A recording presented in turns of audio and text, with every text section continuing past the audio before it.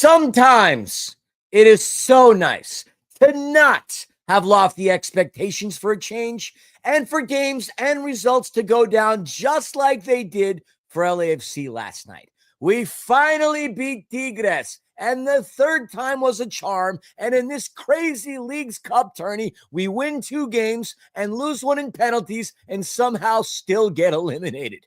But most of y'all have expressed your dismay towards this Leagues Cup, so this doesn't really matter, right? Right?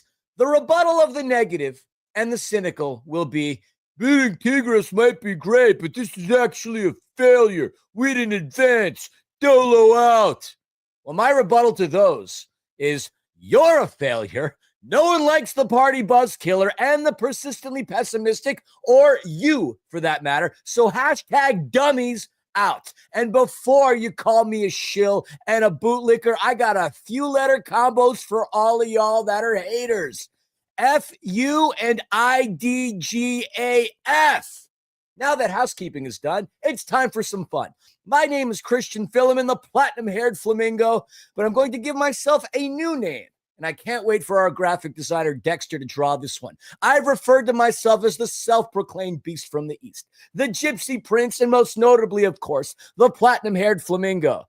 But I've been told a lot lately that I bring the energy to a lot of the things I do, like a tornado. And with that being said, my new name. You've heard of the Tasmanian Devil? Well, I'm going to refer to myself as the Burbankian Devil. All right, let's rock and roll. But I ain't doing this myself, y'all. My partner in this Looney Tune tirade is on his way to obtaining as many bufandas as the North End has members. I'd be very curious to actually know the number. He has to be a third of the way there. I give you J.R. Liebert. It's your friendly neighborhood scarf, or as I have come to be known lately, the gray-haired goose. Look, it's quite the time in LAFC land. Philly, I think Bo Jackson said a quote one time about how you can't give yourself a nickname. I think if anybody can, it's you, my friend. And I just want to remind everybody, the sun will come out tomorrow. Bet your bottom dollar that tomorrow there'll be sun. What an incredible time to be a supporter of the black and gold. First of all, if your head coach is able to rotate lineups and make 7 changes, 3 straight matches in a row, and not lose in regulation any one of them, stop the hate. What did you want? Did you want LAFC to push all their chips forward in Leagues Cup so that when it comes time to make an MLS Cup run, that we've got nothing left in the tank for guys like Ryan Hollingshead, Marky Delgado, Igor Jesus, and oh, by the way, Denis Bouanga, without whom we are absolutely screwed if he's not scoring goals? All Steve Cherundolo did was rotate heavily, play fantastically for the majority of the last 2 matches. And let me remind everybody that since we signed Steve Cherundolo as head coach, he has the same number of goals and chances finished that Philly and I do. That is not his job. His job is to put the players in position to succeed.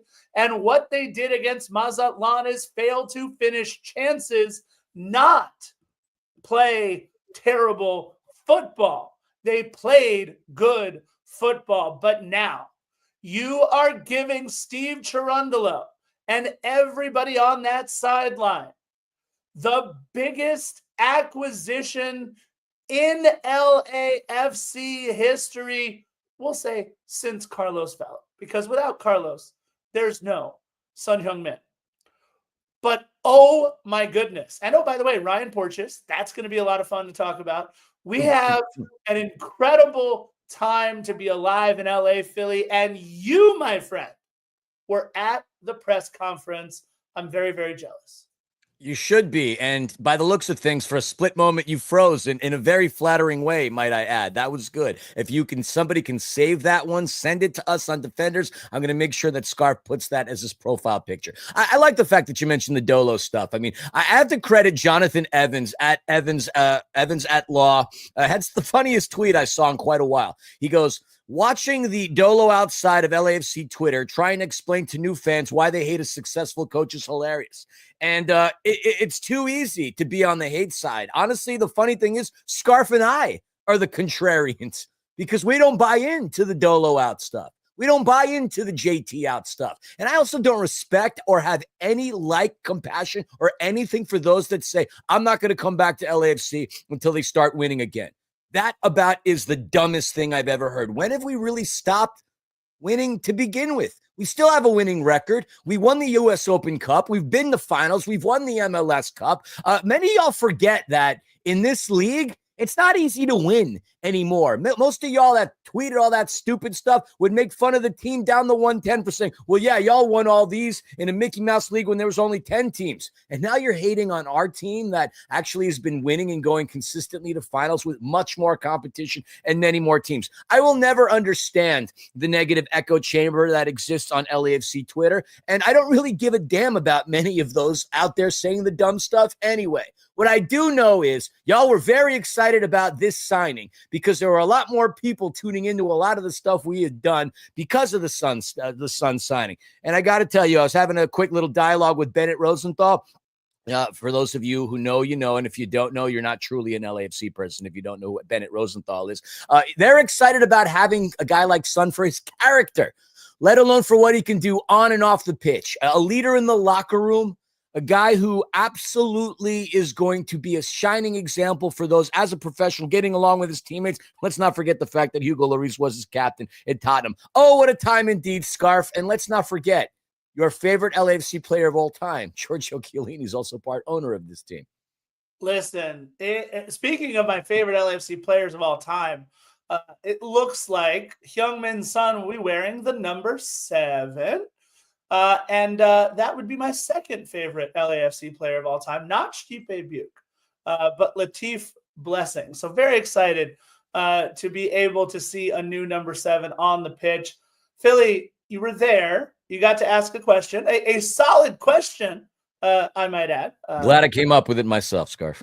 You're such a jerk. But being in the room, seeing the reaction, with everybody there at BMO Stadium, Heung-min's son. Look, the atmosphere, I don't think, was electric when Olivier Giroud came over. It was very business-like, very, very franche kind of news conference, if you will.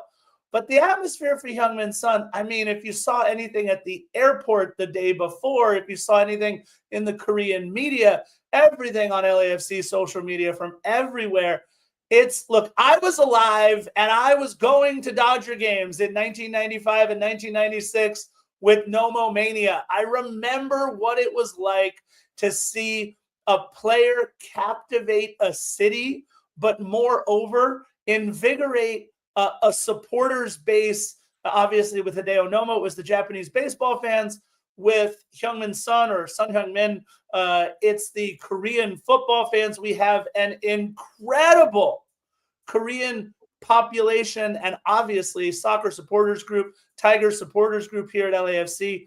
What was it like to be there? What was it like to feel that energy?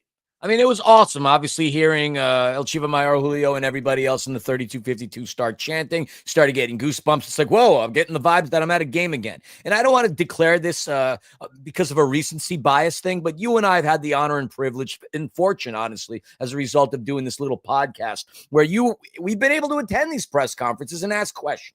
I mean, you asked a hell of a question to Olivier Giroud during the last time around. We were there for the Giorgio Chiellini signing. Weren't there for Gareth Bale. Was there for Hugo Lloris. And now, obviously, Sonny's press conference.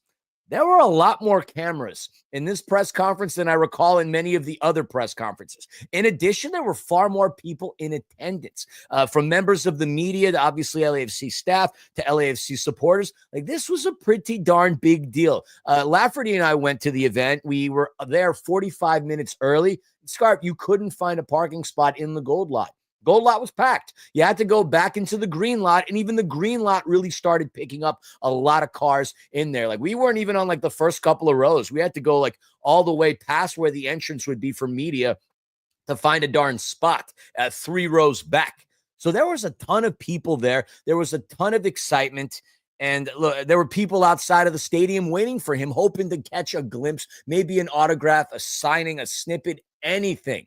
What I can tell you is not only did LAFC get a lot more followers from South Korea, Defenders of the Bank picked up a couple on both on all the social media stuff. So, I mean, this is a big deal. A guy like him truly does move a needle.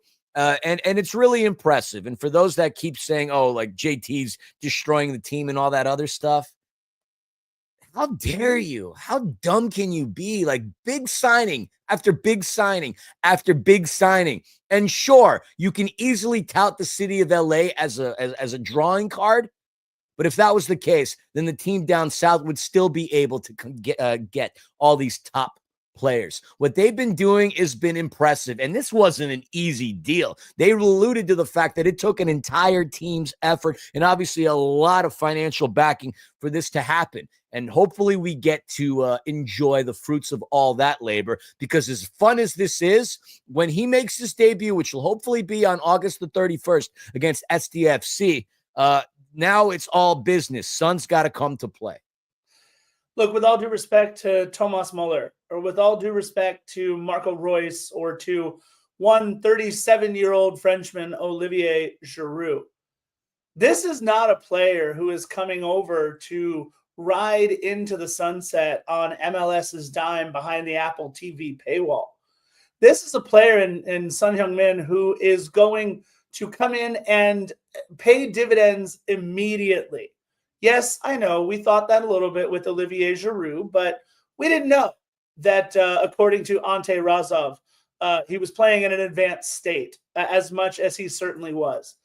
This is a massive signing, not just for who he has been for Tottenham over the last decade plus, but for who he still can be on a talent level in MLS for the next 2, 3, 4, 5 years. I mean, he could redefine greatness for black and gold yet again. Look, not a lot of matches left, but we do have some matches in hand on a couple of the teams ahead of us. Having Son Heung-min in black and gold is absolutely the biggest thing to happen in quite a while. Let's get into a very quick this day in LAFC history. Look, if you're listening to this podcast live with us, it is Wednesday, August 6th. And I don't want to say that history repeats itself, but a player I'll say the stature of Son Heung-min was also acquired on August 6th in LAFC history. Back in 2018, of course, LAFC acquiring Christian Ramirez, which is just like acquiring Son Heung-min, of course, right? Up to $1 million in Gam and Tam from Minnesota United. I'm kidding. Jeebus. And then, of course, an even bigger signing happening the next day. If you're listening to this the next day, not live, but August 7th. On August 7th, LAFC acquires Brian Rodriguez. So I think it's not going to be very difficult. I'm not going on a limb when I say, Philly, that Heung-min Son will be so much better than both Christian Ramirez and Brian Rodriguez on their best days. It is going to be much better having our new number 7 than it was having either Christian Ramirez or Brian Rodriguez. Hey, bud, you got to take yourself off mute there. Not even sure how that happened. In all fairness to Christian Ramirez, he certainly made the false 9 scenario look really, really good. Dude, it's wow. You bring up those names. It's like, yes, you forget sometimes some of the mulligans that we've had. I did say a year ago that we need to be very careful in putting a lot of reliance on on a 38-year-old Frenchman. I don't feel those same vibes with Son. I just don't. I am actually quite confident that he'll fit into this lineup very well. It's going to be interesting to see how things shift tactically, of course. Only time will tell there. But this is going to make us a lot more potent offensively because he's going to be able to distribute and obviously score goals. I mean, I'm really excited. If you're a true LAFC supporter, these have to be extremely exciting times. I mean, yeah, the season hasn't been what we all were expecting LAFC to romp through everybody, but can't romp through everybody every single year. It's just not possible in a league that tries to create this parity the way Major League Soccer does. If you're following along in the chat, we just want to remind everybody that Chris Lafferty does not speak for the defenders of the bank. So when he says that he sacrificed Stipe Buke in order to clear up the number 7, I want to clarify to everybody, Stipe Buke is very much still alive and playing football. So not actually sacrificed Chris Lafferty. Anyways, Philly, not the only player that we brought into the fold in black and gold. No. We have needed some center back help. By the way, what's it take for a guy to get a little press conference and some? Yeah, I was just gonna say that. Like all this big hubbubaloo, all the signs everywhere. I mean, heck, the mayor of Los Angeles came in to say something. And I just feel so bad if I was Chenier, if I was Porteous. Like, can I get a little bit of love? I'm sure they were doing something for him in Scotland. Right. I mean, Matthew Chenier, a Canadian men's national team starter, really quality player, had no idea he was actually on the pitch in the second half of the match, but more on that later. Well, he did have 29 touches, Scarf. At least I think that's what the number was. He was very quality with his passing, too. I think he was 20 for 20. Yeah, because they were all backwards.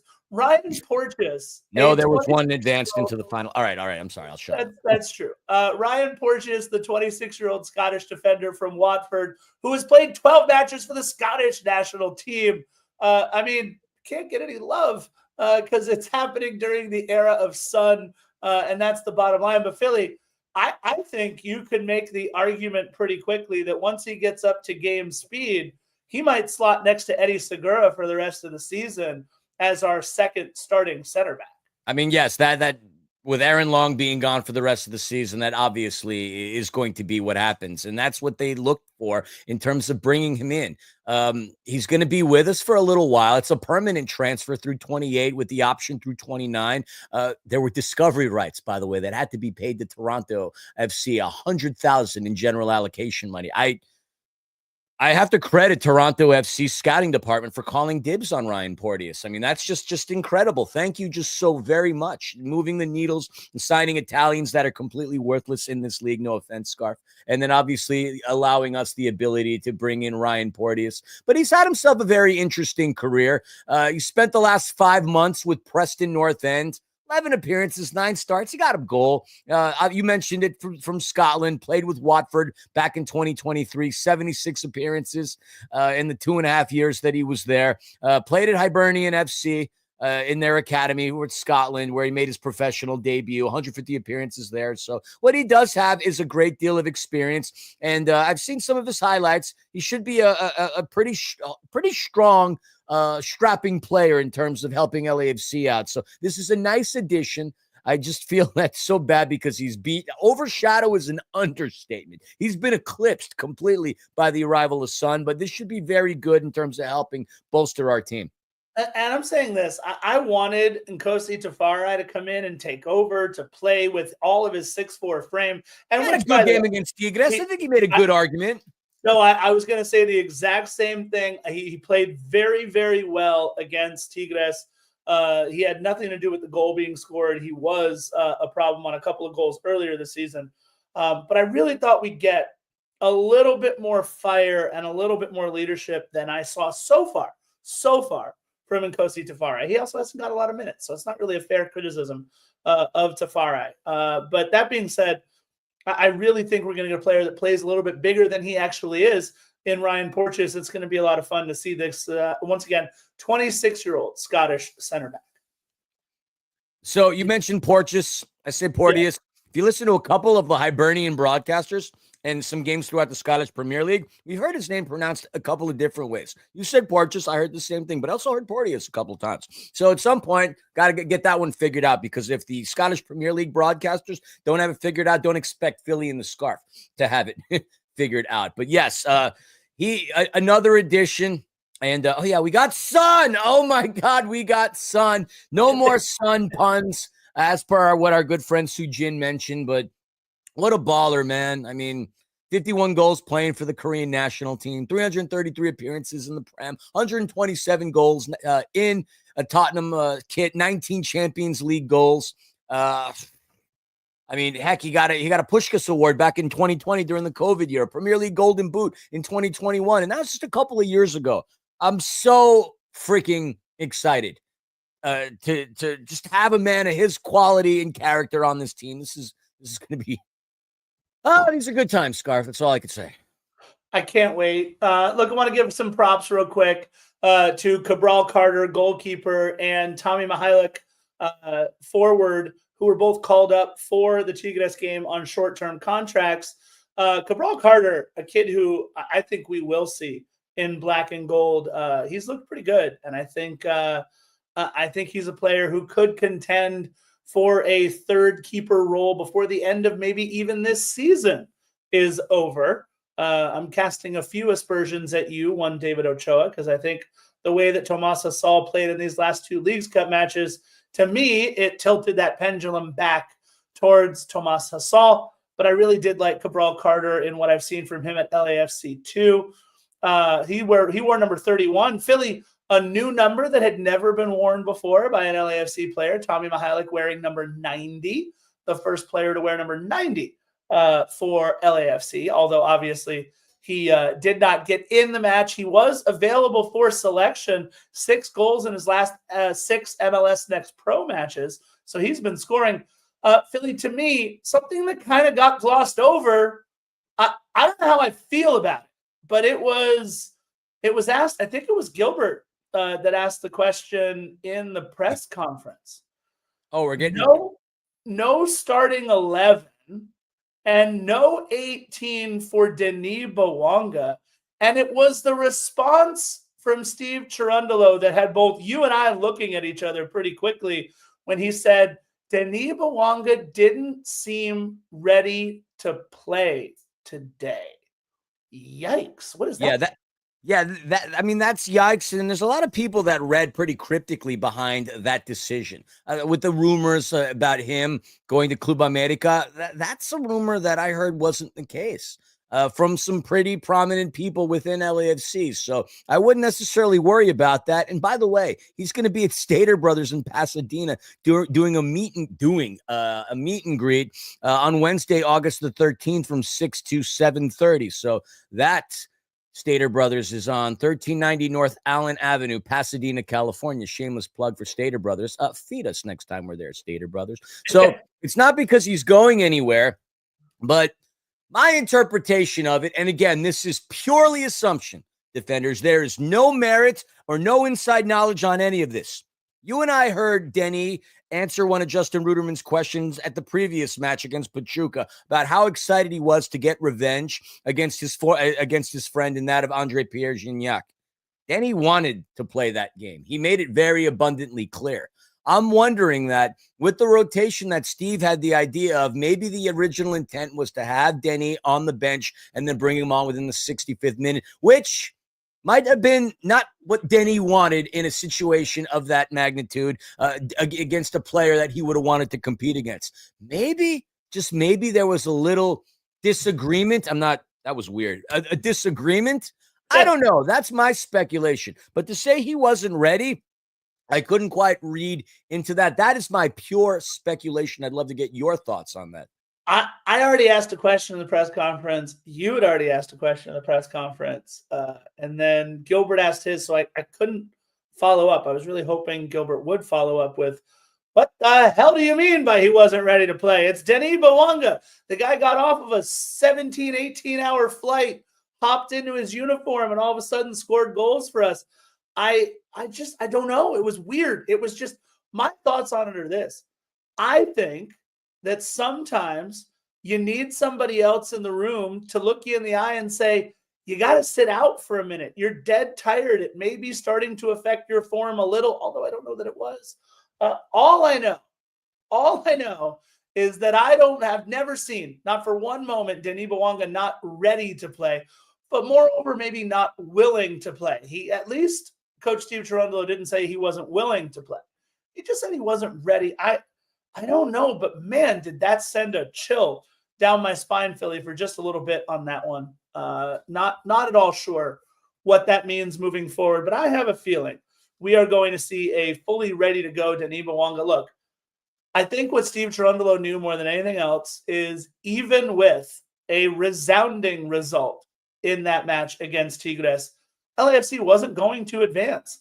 And now, as we kind of transition right into talking about the LAFC versus Tigres game, Philly, if you're Steve Cherundolo and you need to find a way to shorten the minutes for players who have played, I mean, you and I, Philly, have talked about this over and over again, game after game after game after game.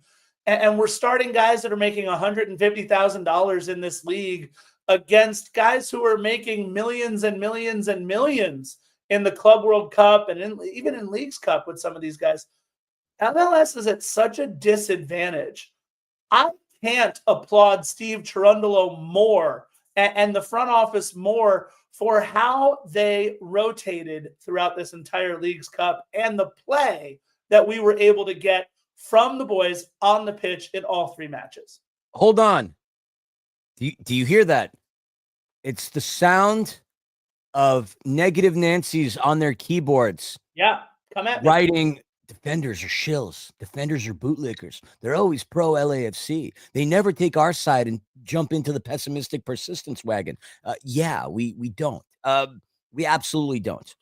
$100,000 salary. Scarf, do you remember just not that long ago where the last man on the team was making like 56 grand a year? That was what Adrian Perez was making as a member of LAFC back in 2018. How the salaries have gone up since then. And yeah, I mean, the discrepancy, the disparity between the lowest paid and the highest paid is becoming wider and wider and wider. No shoeies. That was the last thing. If why are we remembering these things, by the way? LAFC vet in the chat goes, I just remembered something. Where are the shoeies? I never said anything about doing any shoeies on this episode. Do you remember that, Scarf? I don't remember that. I don't know. I thought I seem to remember a different animal on the podcast. Oh, that's right. Called a beer bong. Don't worry. I haven't forgotten. There you go.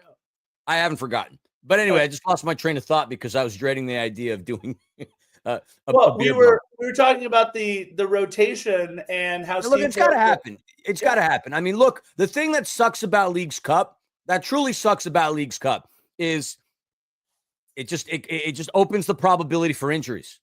And what do we see in the game against Tigres? We saw Jeremy Abobasi come off at around the 30th minute. We assume it was a hamstring based on what he was holding and how he sat down. And Steve did allude to a soft tissue scenario. I mean, that's the problem with having all of these competitions. You have to do some type of roster rotation. I mean, we saw Ryan Raposo get his first start and the most minutes he's had wearing an LAFC jersey. You know what? He didn't play that bad of a game. So this needs to happen because while Leagues Cup might not necessarily be in our future, because it's not, we're done. Thank Orlando City for their destruction in Necaxa earlier in the day for that one. We still have a league to play and a playoff spot to contend for and the desire to be in the top four to at very least have home field advantage. So there's so much to play for, and you can't do it if you run the wheels off of the team. You can't press in every single game. You're going to have to play back. You're going to have to let the other team dictate the pace and control possession and hopefully beat them on a counter because these kids aren't robots. They're not. They break down. Even though they're professional athletes and this is their job, they break down. And so at that point, it's nice to know that this bench, while we jokingly refer to it as the B team, would be most teams in this league's A team and starters. They did a damn good job against the Tigres club that, mark my words, didn't come in looking for fun. They came in looking for a battle and looking to win. And it was clear based on who they started. Yeah, look, I want to mention this too. You're absolutely right, Philly. We hear Real Madrid and Bayern Munich and Barcelona and Manchester United complaining about the lengths of the season and the lacks of breaks and everything else. And these guys are making in the 10s and 20s and 40s and 50s of millions of dollars. You got kids coming off the bench at the University of Akron and then playing in MLS and then being expected to play 45, 50 matches in a year. Look, let's be very, very real. Yes, for those of you out there that are saying that, look, we're LAFC. Anytime we don't make it out of a group stage or a phase one or a whatever of a tournament, it's a failure. You're not wrong. I get what you're saying. We are the most aspirational club in Major League Soccer, and especially about tournaments that don't involve Major League Soccer. We want to win on the international level, play on the international stage like we were lucky enough to do this year and good enough to do this year in the Club World Cup. I totally understand all of you who are out there saying, but we didn't advance. But look at the way we played with the pieces that we played. The other thing that Philly talked about that is so incredibly important, we are living and dying by Denis Bouanga. We are living and dying based on one injury to a center back in Aaron Long, and now all of our backline chemistry seems in flux. We are living and dying on the same three midfielders in Marky Delgado, Igor Jesus, and Timothy Tillman over and over and over again, and we are running these guys into the ground. So when we get quality minutes from an Artem Shmolyakov, quality minutes from David Martinez, who really took the leadership role on the front line, quality minutes from players like Adam Saldana and Frankie Amaya in the midfield. All this is going to do, Philly, is extend our bench, extend our experience, and make us all that more formidable come playoff time. Yeah, and the most important part is those players that are coming off the Pine Pony are now going to be coming in with confidence and honestly hunger, because they know they were able to square off against a team that was honestly outmatched them on paper, and yet they still combated in the best way possible. We all left BMO Stadium the other day with a smile on our face, and I'm sure many of you watching at home thought the same thing as well. Tigres has been a thorn in our side. We have not had the good fortunes of beating this team. And we didn't go up against their C squad. We went up against their best players. Angel Correa was averaging a brace a game in Leagues Cup. Fantastic player. We highlighted the heck out of him on One More Sleep. Obviously, Gignac, a club legend. Nahuel Guzman. Diego Lainez. Just so many talented players that Tigres had. And if you look at their quality and their opportunity, we are lucky to have not lost that game because they were attacking us tremendously. We had some help from Wally Post and Charlie Crossbar, Thomas Asal, the Wall, all kinds of nicknames. But we managed to come out and win. The bench seems to be a lot more formidable than we thought because we didn't think we were very deep. And we see the emergences of the likes of a Kenny Nielsen. I thought he was fantastic. I still wish that he would have scored that bicycle kick. Things might have been a bit different. But despite the fact that we lose Aaron Long, and hopefully we're not out of Jeremy Abobasi for that much longer, we've only gotten better with the signing of the new players between Ryan Porteous and obviously Son and Shonier. I'm not going to call him Shonies anymore because he started. Yeah, so, and Philly, I said this, 15 episodes ago. I thought LAFC was one player away on each line from really becoming a contender for MLS Cup. One player away on each line. Yeah. And if you look at center back, Ryan Porteous, midfielder, Matthew Shonier, and I don't know, Heung-min's son Heung-min. Are we going Son Heung? I think we're going Son Heung-min. Sonny, right? We're going Sonny. Yeah, because that's always sunny in Los Angeles. Right. So one player on each line who you and I both agree will now make an instant impact and make things a little bit easier and a little bit better for LAFC across the board, if not a lot. I'm liking our chances as MLS Cup, I'll say contenders for now. There's still a long way to go to be favorites. I have to ask you, though, my friend. You have been saying on this podcast over and over and over again over the first, 20 matches of the season that you did not think that LAFC was long for the playoffs, that we were going to make it, but that we weren't long for the playoffs. Looking at what we brought in and the effect and the impact that it could have moving forward, how do you feel right now? I mean, look, if I tell you what my thoughts are and if I knew what was going to go on, I would have BMO Stadium named after me. It'd be called Philomonster, I don't know, Stadium, I guess. I wish I could predict these things. We certainly have a much better chance based on the way we look on paper. Do I think that we're still not very long for the playoffs? At this point, my mind might be changed a little bit. But of course, Only time will tell. We have to see how the new additions factor into the lineup, how quickly they pick up the system. More importantly, how quickly they develop chemistry and trust with their fellow teammates. Somebody's going to lose their starting spot, okay? Not sure exactly who, but obviously we're going to be improving nevertheless in that scenario. So we'll see. It took Denny, for example, a little while before he got going. We didn't really see much of him until he hit that clincher against Portland in what was one of the most iconic games in his LAFC career. We were still waiting for Olivier Giroud to make an impact. Like, it takes time for these things to happen. But could you imagine against San Diego FC on August the 31st? We have our revenge game against them. Son comes on and scores, or at the very least creates a scenario for Denny to score. It's going to be amazing. What I do know is this. We have some more scoring options. I think we finally broke David Martinez out of his shell. If he can continue to to continue to just play with the confidence that he had in the last game and build on that ever so slightly, this kid's going to be dangerous. Absolutely dangerous. We praise Nathan Ordaz because of his ability to score goals. Now, between Ordaz and Martinez, I don't have to tell you who is going to be the individual that could create the most opportunities. For the longest time, I thought Ordaz had the stronger mental toughness. I think what we saw to David Martinez in particular with the second goal he scored, that he's pretty darn tough too. And I'm extremely proud of that kid. We saw a 19-year-old boy come into the match against Tigres, Scarf, and we watched a 19-year-old man really put it down to Tiger Bomb is what we'll refer to them as from here on out. Yeah, I think he is 20 now, by the way, I think. But I like Ruben Rios just says Philomonster Field. Why not? Oh, there we go. I was looking for an alliteration. That seems so easy. I was looking so complex. I don't know. Yeah, look, we're going to talk next episode more about like how we think, where we think Son Heung-min can fit into this lineup. I've got an interesting theory on it, although it was a little bit more helpful when Jeremy Ebobisse was healthy, but he may still be. We don't know. Philly, hamstrings, man. They're Hamstrings. annoying.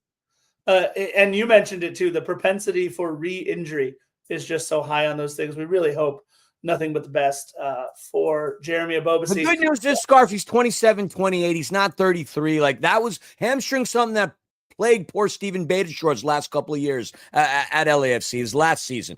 Jeremy Ebobisse, at the very least, has some youth, to him, and he's not necessarily a party animal. So we've never seen anything along those lines. So he should recover relatively quickly. Well, the most important thing is we need to have him in time for playoffs. I don't worry about playing the Chicago Fire with him. I'm more concerned about seeing him come October.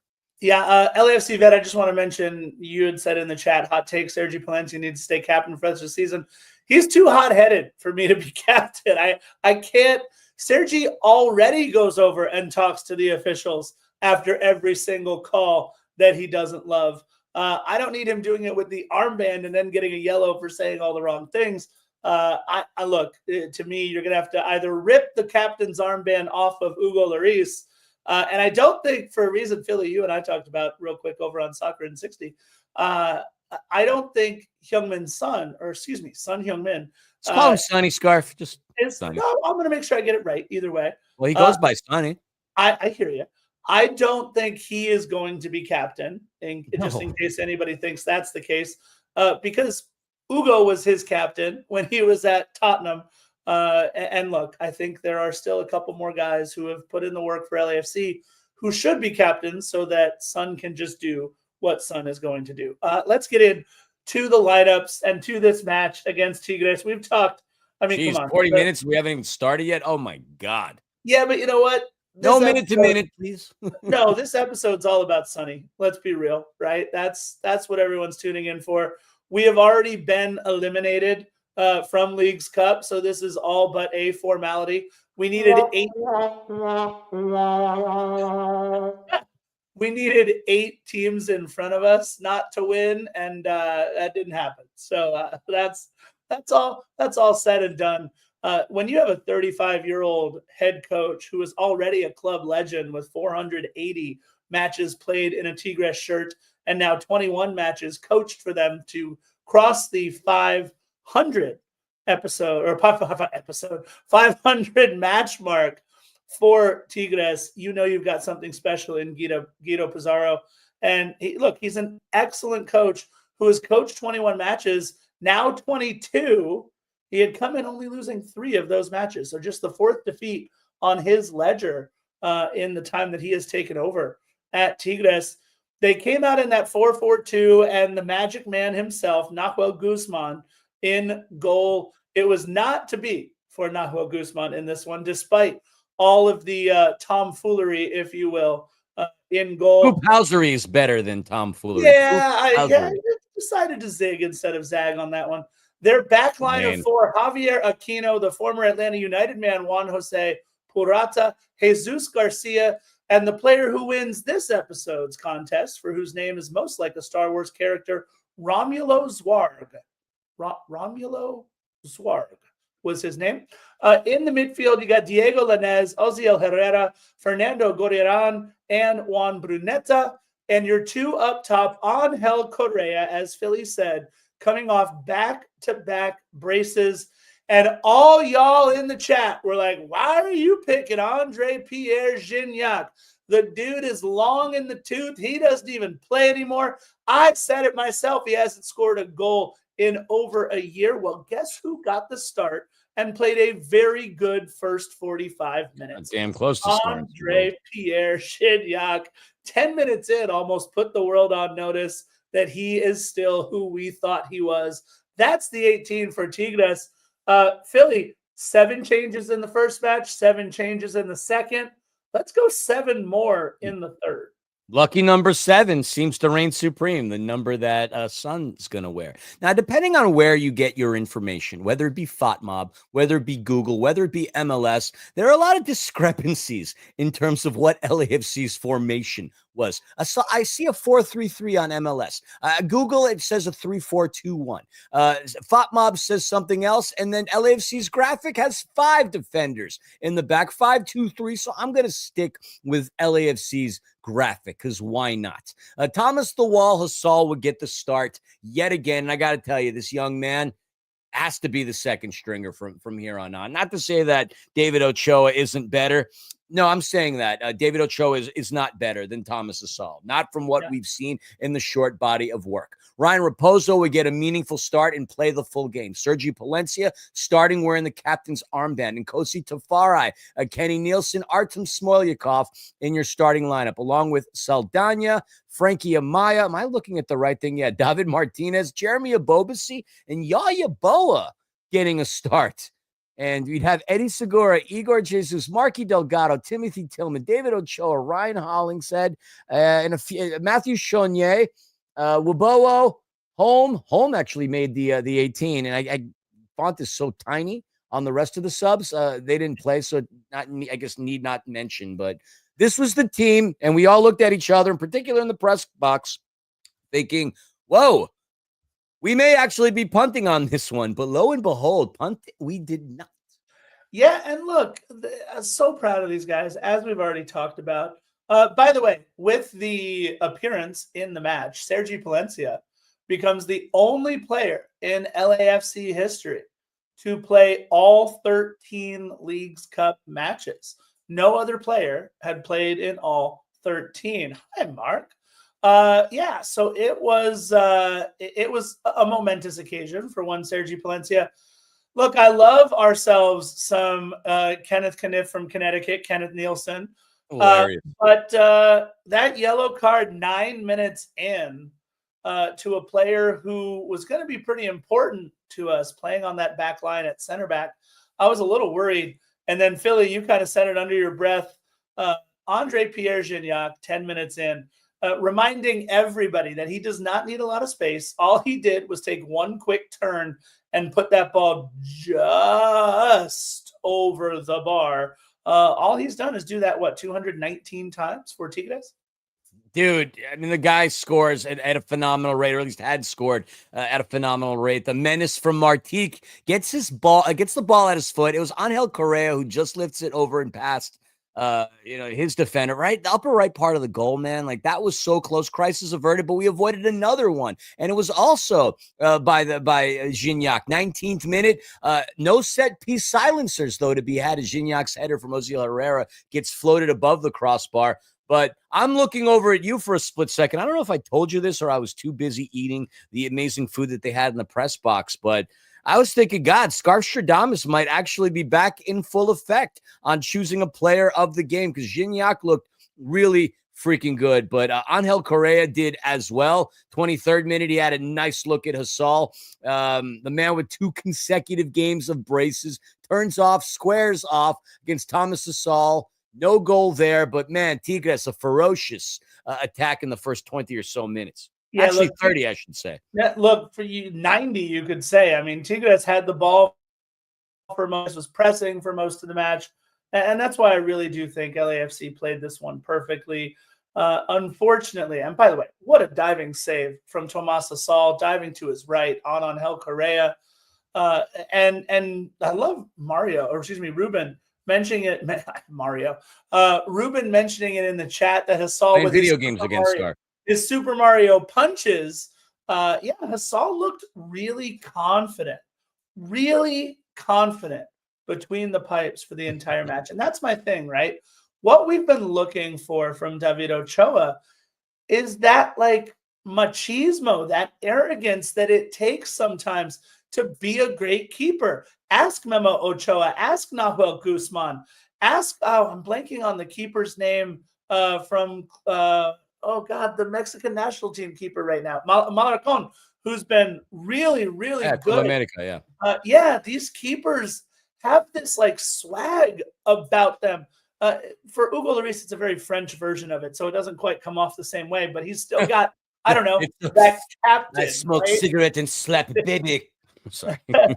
But like he's, all he did was be the captain of Tottenham and the French national team for forever. So he doesn't really need to do it the same way that some of these Mexican keepers do. But I've been waiting for something from David Ochoa for him to say like, no, you know what, guys, I not only have earned this job, I'm taking the damn job. And I think really that's what Thomas Hasal did over the course of these last 2 matches is he played with the confidence that you need to instill confidence in your coach, right? Or from your coach, I should say. So to me, that was a really big thing from Tomas Hasal. None more than in that 22nd minute, Philly, the one thing that I did say, Scarstradamus, and maybe it's the jinx or maybe it's me just predicting what we didn't want to have happen, was we had to come out of this match with no injuries, and we knew immediately. We had, unfortunately, a great view right in front of the press box of Jeremy Ebobisse blowing out the hamstring. He came off right away, needed some help, but it didn't seem super bad. I mean, it seemed bad. It seemed like a pulled hamstring, and anytime you blow a tire like that, you're going to be out for a little bit. But look, Timothy Tillman coming on, and I think I'm going to say what I said to you in the press box. Oh. Here we go. I'm really proud of Timothy Tillman. This is not going to be a nice comment, but I'm going to say it anyway. For him to be able to play as well as he did over 65 minutes and to run as fast as he did and to earn the PK the way he did while still playing with those cement shoes on is commendable. I wanted something offensive from Timothy Tillman, and all I got was something offensive. It was tough to watch Timmy with the ball at his feet because there were just some times where you knew he might have been a little overmatched. But look, the bottom line is this. Thank goodness that defender made contact because I think Timmy might have been going down anyway in the box, but it's all philosophy, as one Christian Philly Philemon would say, because the referee blew the whistle. We get the PK, and David Martinez, the first of what would be a second brace in this match, steps up, absolutely drills it. Nahuel Guzman tried all his stuff. Tigres tried all their stuff, stalling the PK, doing whatever they could. But it was a beautiful take, got Nahuel Guzman to guess wrong. And just like that, we're up 1-0 thanks to Timothy Tillman's PK that he earned.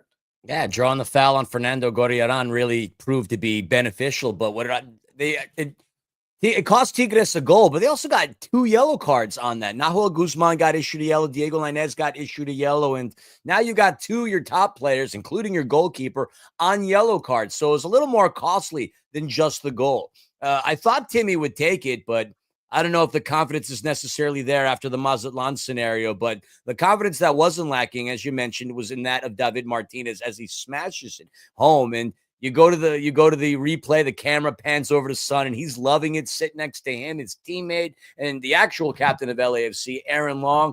And that's great. 1-0 going into the half. Solid and surprising and a decent start. And the game was starting to shape up possession-wise, much like I anticipated it would, for Tigres to maintain the lion's share. You see what I did there? Tigers and Lions and Bears. Oh, my. 10 shots they had, 3 on target. But LAFC took the best opportunities they had, made the most out of them. 4 total shots with 2 of them on target and 1 of them registering for a goal. That was my key to the game, stating that Tigres would have the lion's share possession, that LAFC would not get as many opportunities, and that they would need to capitalize on the very few that they would get. And sure enough, they did that. So coming into the locker room, things are feeling pretty good.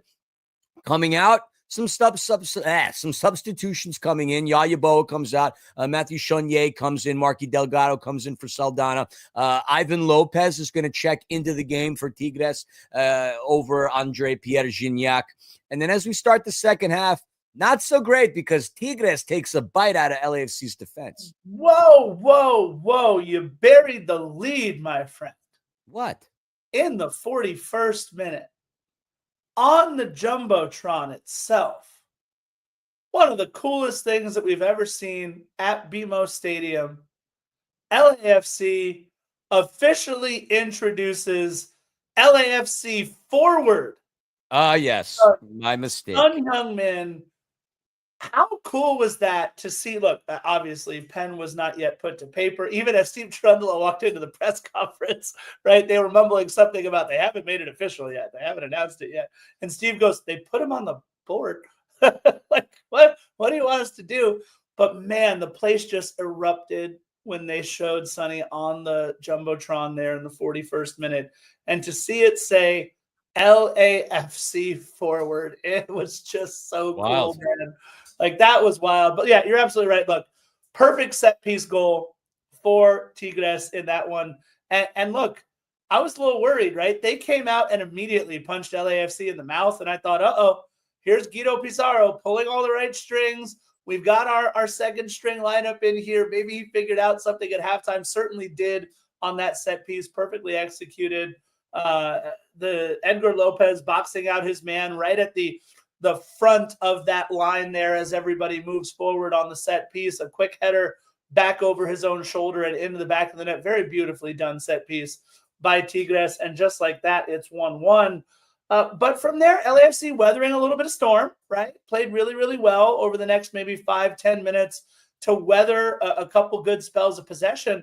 And then Philly, I thought from like the 58th minute on, LAFC really dominated the match once again, punctuated by none other than a brace from David Martinez. Yeah, look, Lopez checking in for Gignac proved to be the move because, I mean, he created chaos with his cranium. And Juan Brunetta also with an excellent feed. Brunetta played a very good game. I have to give him that. But you're right. Nkosi Tafari almost registers a goal off of a corner from Ryan Raposo. Artem Smoilikov gets denied. But finally, we would break through again. And this, to me, this is just a thing of beauty, man. Like, it all develops from Artem Smolyakov's fancy footwork. He makes short work of Diego Lainez. Get it? Short work. I get Diego, it. short, if you know. Anyway, excellent pass to a dashing David Martinez. He gets by a defender, and it's him versus Purata and Nahuel Guzman. Purata trying to muscle Martinez off the ball, but he stays on his feet and fights and manages to squeak it by. Guzman's second goal of the game. Take a bow, his brace. Where's that 42 original shot out with him going like this? He absolutely smoked Tigres' defense on that opportunity. What he did to Purata, I mean, Purata was on him like crazy. He's trying to muscle him off the ball. Just goes back to what I said. We saw a 19-year-old boy turn into a man and really have his coming out party because, boy, David Martinez looked excellent on that move. But Artem Smolyakov, it all starts with him and his fancy footwork. Oh, it was an incredible play. Easily Artem Smolyakov's most impactful game in an LAFC shirt. A wonderful match for Artem Smolyakov. In the 70th minute, by the way, LAFC, the supporters of the stadium breaking out the ole as they completed like 15, 16 passes in a row. We didn't hear that. You just don't hear that very often at BMO Stadium, the ole. We saw Igor Jesus come on for David Martinez, and he got a standing ovation coming off the pitch there in the 72nd minute. And then I'll be honest, after Jesus comes on, and this has nothing to do with Jesus, I'm just marking the time here. There were a lot of opportunities for Tigres to get one back and to potentially bring this back to PKs, which is what I predicted. Philly got the score right, just the incorrect winner on that one. I did that intentionally, Scarf. Oh, you did. I remember you said it. Like, if I pick this score line, then X will happen instead. Look, we got a crossbar in the 81st minute. We got Brunetta. Charlie Crossbar, baby. Charlie Crossbar. It's Wally posting Charlie Crossbar. Make sure you give them the credit they deserve. No, absolutely. Look, Brunetta was great for the last 10 minutes or so of the match, putting himself in all kinds of dangerous spaces. And look, we got Parada missing a header wide open in the box in the 89th minute. And then Philly, what we really liked in the second half was something you and I noticed was how big Tafari was playing there on the back line, winning balls in the air, winning those aerials that he needs to. But holy crap, in the 5th minute, we almost gave one up right back at the death, and that would have been just awful. Awful. And honestly, in some cases, like, I don't want to say expecting. I don't know. But either way, Hasal got tested a couple of times, and he came up big. We didn't look particularly good on the set piece defense, which led to the first goal and only goal Tigres would have. But we would manage to hold them off. 5 minutes of stoppage is what we were given, but we ended up going seven and change. I'm not entirely sure why they played that much more. Like, that to me was kind of ridiculous. I thought, Jesus, we're gonna lose it. But the whistle blows, and we finally beat Tigres. And as good as this feels, the reality is we're not moving on in Leagues Cup because we just are not. A very good game plan, though, by Steve and LAFC was executed. And honestly, a very fun game on a Tuesday. They reported attendance. It was the highest attendance that we've had in Leagues Cup. About 15,852 is what's reported. And we know that that's not necessarily the number that was there. And other than Figueroa, which I don't know if there was like a gas leak or somebody pooped. I don't know why that entire section of Figueroa center pitch was as empty as it was. That was kind of funny. But everybody who was in there was treated to a really good game. I didn't hear any scenarios about conflicts or fights. Didn't see any beer getting tossed, really. No illicit chants, nothing like that. It was all around. It was just a darn good Tuesday, man. The vibes, the atmosphere was good. And just to get a win against a team that we've had such a tough time squaring off against, I mean, it feels pretty good. And at the very least, it should give the team a nice confidence boost heading into Chicago next week to take on the Fire. Yeah, and had Timothy Tillman hit that shot from distance, that would have been the icing on the cake. It was a great take there. From like Tillman. A Beckham-esque pass from center pitch, like beyond center pitch. That, I mean, it had the trajectory. It just The funny thing is, Scarf, that was probably his most accurate shot that he's taken all season long because it was just over the crossbar. It wasn't like to the nether regions of the north end. Timmy almost had a fun moment there. Look, we mentioned it. Huge to be able to get this much out of the players in a roster rotation type game like this. You mentioned it, the first start for Ryan Raposo. Matthew Chonier came on at halftime. I had no idea he was on the pitch. I don't know that he did anything impactful. Philly's going to tell you about how he completed all 20 of his passes. I think that's because 19 of them were backwards or to the side. But okay, Matthew Chonier getting his LAFC debut. Congratulations. Sergi looking great with the captain's armband. And I think for me, like you said, other than David Martinez, who was incredible in that match, Artem Smolyakov is making a case for himself to get some real minutes. I think they were playing him at striker for a little bit in this kind of weird rotation. It was just, like you said, it's a really fun match. Now we get back to business in MLS. It's LAFC flying to Chicago, to the Revolution, and then to Dallas for these next 3 road matches, the 9th, the 16th, and the 23rd. I don't know. Let me ask your take on this one thing, Philly. I have been saying from weeks ago when they announced Sun could be happening that he will debut at home against San Diego. But with fewer and fewer matches left in the MLS regular season, can LAFC really afford to delay Sun making his debut for longer than maybe 1 week or 2?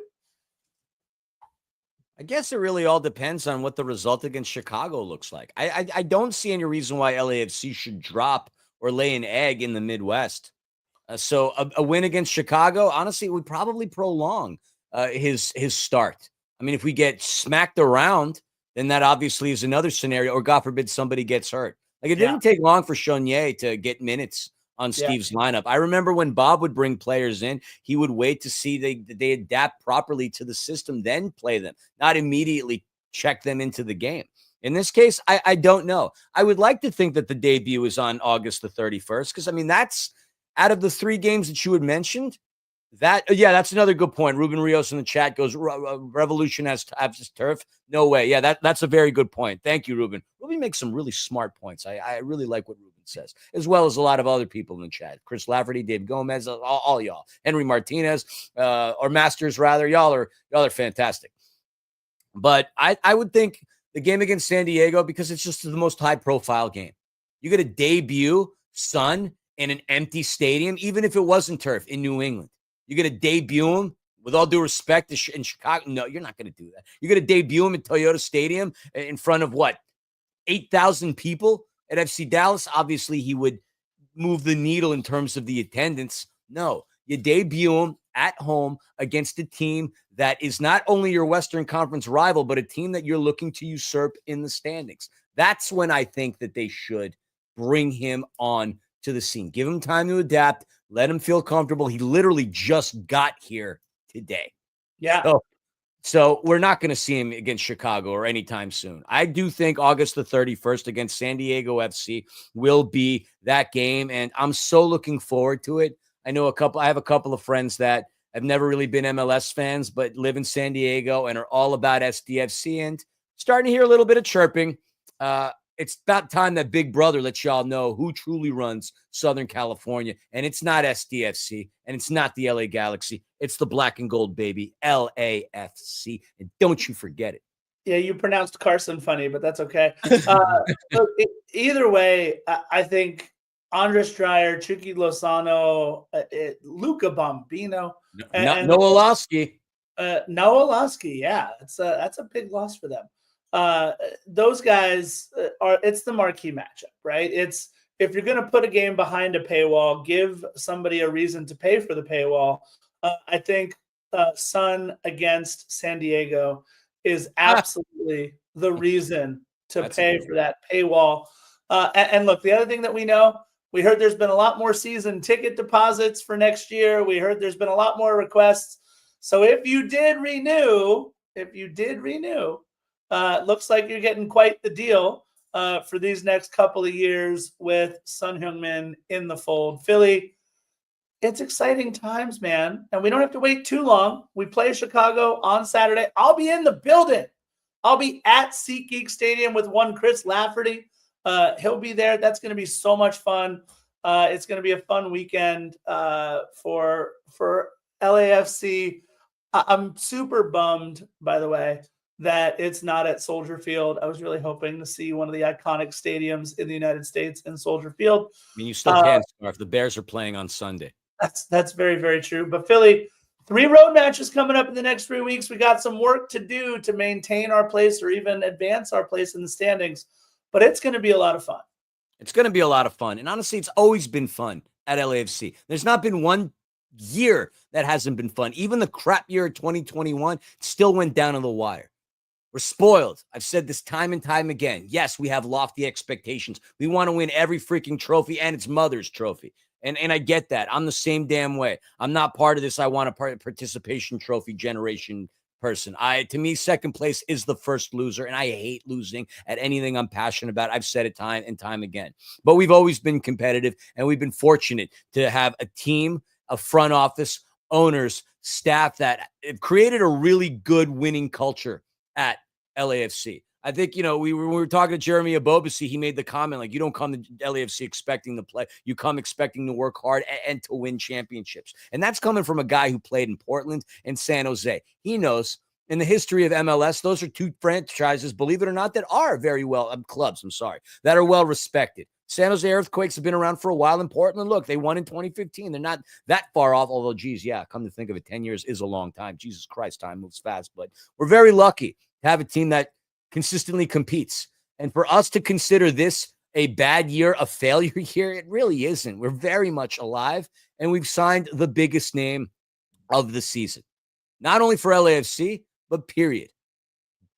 I don't care what Inter Miami did. Son's a bigger player. I don't care about Thomas Muller, and that actually breaks my heart. Being a German and a Bayern fan, that breaks my heart. But I will gladly trade the beer and the bratwursts for soju and kimchi. I am all aboard this. I'm a teacher. Yes. What's up? You still have a funnel to do. God dang it. I thought I could just go on and find freaking. I hate you. God dang it. And Ruben, too. Damn you all.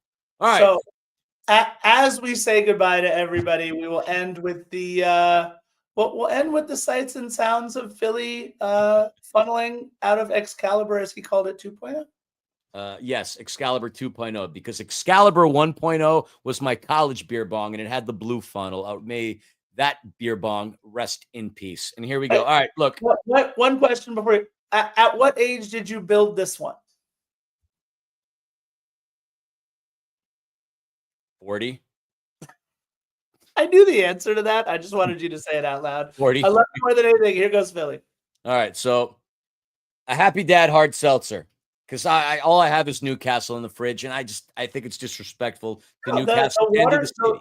That watermelon Happy Dad is very tasty. It's very tasty, and 100 calories. Okay, so here we go. Here's the sound for those not watching. For those of you wanting to watch, this takes place at 1 hour, 6 minutes, 1 hour and 7, we'll call it. Yeah. Watch us on YouTube. Okay, now here we go. Oh boy. The seltzer goes down the beer bong. Whoa. Oh, Gotta put it against my chest so I don't drop it.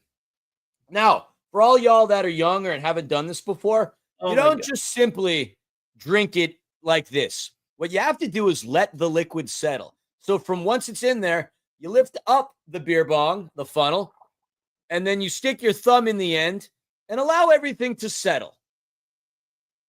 Now, with this being a clear liquid, it's very hard to note. If it's a regular beer, what you'd want to do is also let the foam settle a little bit, because foam is a no. FOMO means no. So from there, you want to make sure that you lift the end above the funnel part itself, because otherwise you'll spill all over yourself. And when beer spills, it can get quite yucky.